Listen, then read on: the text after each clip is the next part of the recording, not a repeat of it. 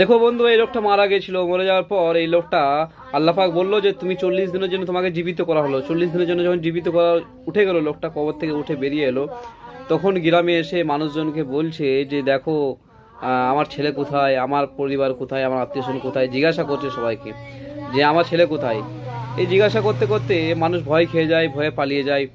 তারপর একটা ছেলের কাছে আসে, ছেলেটা তো দেখে ভয়ে পালিয়ে গেছে। যেই পালিয়ে গেল, তারপর এখানে ছেলেটা কিন্তু পালিয়ে যাওয়ার কিছুক্ষণের পরেই ছেলেটা ফিরে আসে। এসে বলে, ও ঠিক আছে, এখানে কথা বলা হচ্ছে যদি তুমি তোমার মাকে ভালোবেসে থাকো বা ভালোবেসে থাকো, তাহলে তুমি ভিডিও লাইক কমেন্ট শেয়ার সবাইকে ভালোবেসে থাকো, তাহলে কিছুই করতে হবে না। যাই হোক, দিয়ে এবার যখন সেই বাচ্চাটি বললো, সেই ছেলেটি বললো, ও বাবা তুমি চলো তোমার ছেলের সাথে আমি পরিচয় করিয়ে দিই। ছেলেটার সাথে পরিচয় করাবার জন্য যখন নিয়ে গেল সাথে করে, দেখুন ছেলেটা জুয়া খেলছিল, তাস খেলছিল। ছেলেকে বলো, ওই দেখুন আপনার ছেলে এখানে তাস খেলছে। তখন বলছে তোর বাবার জন্য দোয়া ফোয়া করে দিবি চো। দিয়ে বলছে বাবা মারা গেছে তো কি হয়েছে,